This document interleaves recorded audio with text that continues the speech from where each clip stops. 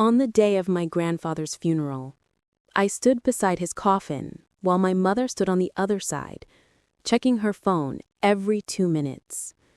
She didn't shed a single tear, not even when they lowered his body into the ground. My name is Isabella Kane, and this is the story of how my own mother threw me out of the house to take my grandfather's $21 million inheritance, and how one shocking truth about her past completely destroyed her. My grandfather was the only person in my family who ever truly loved me. After my father died when I was 12, he became my whole world. He paid for my education, supported my dreams, and always made me feel safe. My mother, on the other hand, had always been cold. She only cared about money and status. 2 days after the funeral, my mother called me into the living room. She was sitting on the sofa with some papers in her hand. "Isabella," she said without any emotion, "your grandfather's lawyer is coming tomorrow. Whatever he left behind belongs to me. You're still young. You don't need that kind of money." I looked at her quietly and asked, "Mom, what if he left something for me?" She gave me a small fake smile and replied, "Even if he did, it won't be much. And even if it is, I raised you. That money should come to me." I didn't argue. I simply nodded and went back to my room. That night, I received a call from my grandfather's lawyer, Mr. Richard Hale. He asked me to come to his office the next morning because he had something important to give me. The next day, when I reached his office, he handed me a sealed envelope. "Your grandfather left this letter for you," he said. "He wanted you to read it privately." I took the envelope with shaking hands. Inside was a handwritten letter. As I started reading, my hands began to tremble. "Isabella, if you're reading this, I am no longer with you. I have left everything to you: the house, my company shares, and $21 million in cash. But there is something you must know about your mother." I stopped reading for a second. My heart was pounding. The letter continued, "Your mother is not who you think she is. She has a dark past that she has hidden from everyone, including you. I kept evidence of it because I was afraid she might try to harm you one day. If anything ever happens to me suddenly, make sure you read what's inside the safety deposit box I left for you." I folded the letter with trembling hands.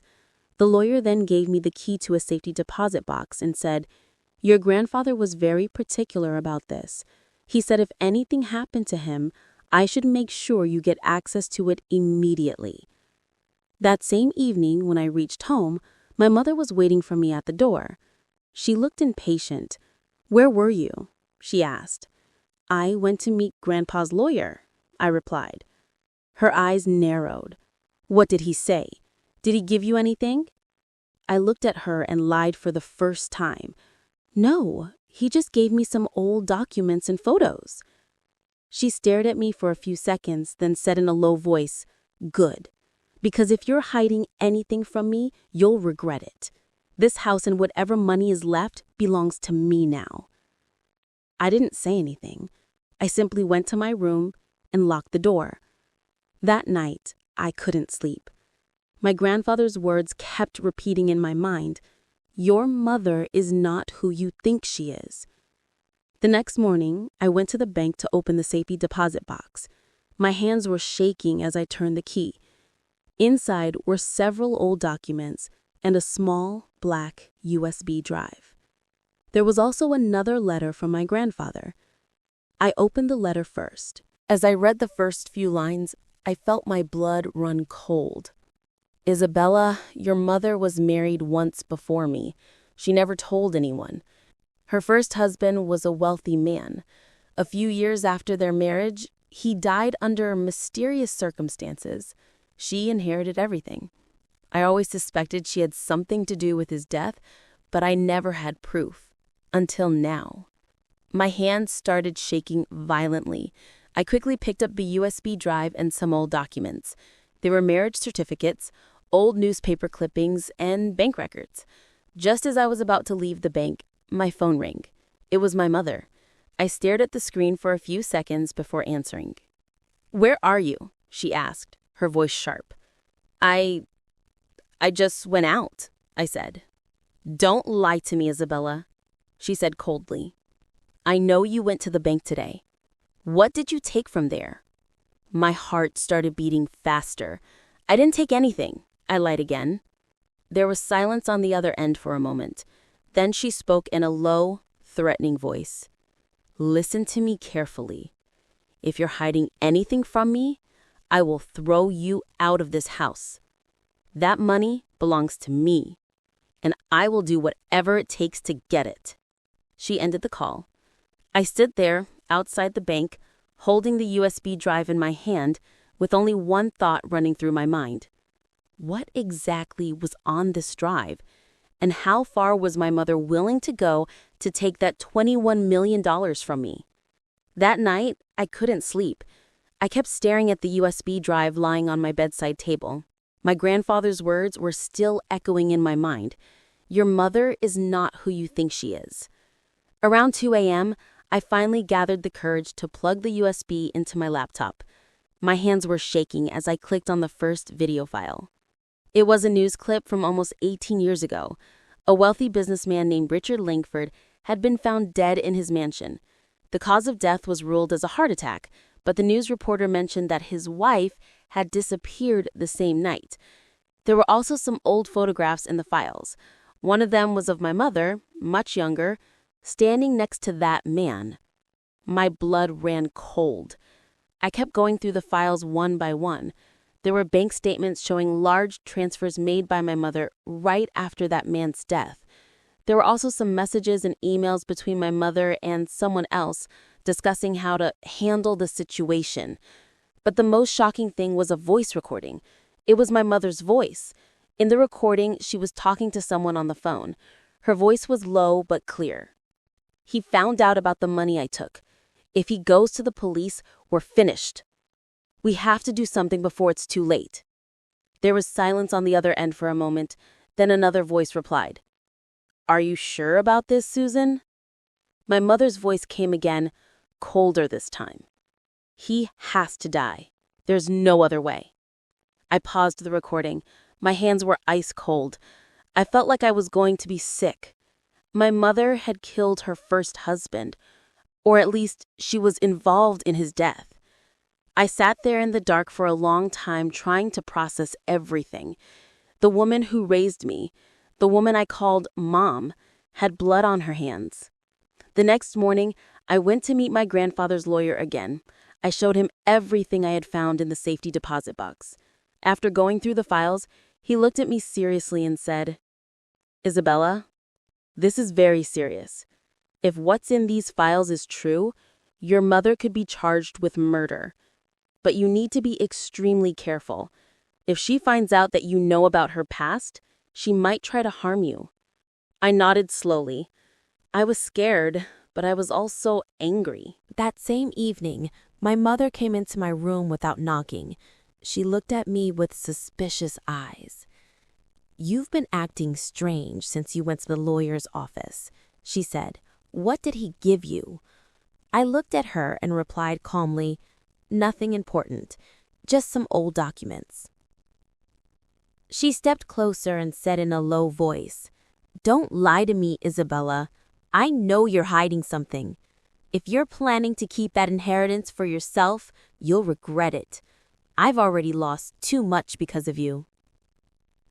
I stared at her for a few seconds and then asked something that made her face go pale. "Mom, who was Richard Langford?" She froze. For a moment, she just stood there, staring at me. Then her expression changed from shock to pure rage. "Where did you hear that name?" she asked, her voice low and dangerous. I didn't answer. She took a step closer and said, "Listen to me very carefully. Whatever you think you know, forget it. That money belongs to me, and if you try to stand in my way, I will make sure you disappear just like he did." She turned around and walked out of the room, slamming the door behind her. I sat on my bed, my heart pounding. My mother had just threatened to kill me. And for the first time, I truly believed she was capable of it. After my mother's threat that night, I knew I couldn't stay in that house any longer. The next morning, I packed a small bag and left without telling her. I went straight to my grandfather's lawyer, Mr. Richard Hale. I showed him everything I had found in the safety deposit box, the old documents, newspaper clippings, bank records, and the voice recording. After going through all the evidence, he looked at me with a serious expression. "Isabella, this is much more serious than I thought. Your mother was not only involved in her first husband's death, but there is also evidence that she forged documents to transfer his assets into her name. If we take this to the police, she could face serious charges." I felt a strange mix of fear and relief. "What should I do now?" I asked. He leaned forward and said, "First, we need to secure your grandfather's inheritance legally so she cannot touch it. Second, we should file a police complaint with all this evidence.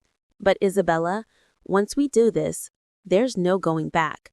Your mother will fight back, and she might become dangerous." I thought about everything my mother had done, how she treated me my whole life, how she slapped me, threatened me, and was ready to throw me out for money. I took a deep breath and replied, "I want to do it. I'm done being scared of her." That same week, we filed a formal complaint against my mother. Along with that, we also legally secured the $21 million inheritance in my name so she couldn't claim it. My mother found out about the complaint within 2 days. She completely lost control. She started calling me nonstop, sometimes crying and sometimes threatening me. One night, she even came to the hotel where I was staying and started banging on my door, screaming that I had betrayed her. I had to call the hotel security to remove her. 2 weeks later, the police arrested my mother. The evidence against her was strong. The voice recording, old bank records, and witness statements from people who knew about her first marriage. She was charged with fraud and for her involvement in her first husband's suspicious death. During the investigation, even more shocking things came out. It was revealed that my mother had been planning to take my grandfather's inheritance for years. She had even tried to manipulate my grandfather into changing his will in her favor before he died. The news spread quickly. My mother's reputation was completely destroyed. Most of her so-called friends and relatives stopped talking to her. She lost everything she cared about, her social status, her money, and her fake image in society. 3 months later, my mother was sentenced to 7 years in prison for fraud and conspiracy. Because of the strong evidence, she couldn't escape the charges. On the day of her sentencing, I went to the courtroom. She was standing in the dock, looking much older and broken. When our eyes met, she looked at me with pure hatred and said, "You destroyed me, Isabella. I hope you're happy now." I looked at her calmly and replied, "No, Mom. You destroyed yourself the day you chose greed over your own daughter." After that day, I never saw her again. Today, I live peacefully. I have claimed my grandfather's full inheritance and have started living the life I always wanted. I still miss my grandfather every day, but I'm grateful that he protected me even after his death. Sometimes I think about my mother, not with anger, but with a strange emptiness. She lost everything because she was never satisfied with what she had. I didn't just survive what she did to me. I also made sure she could never hurt anyone else again.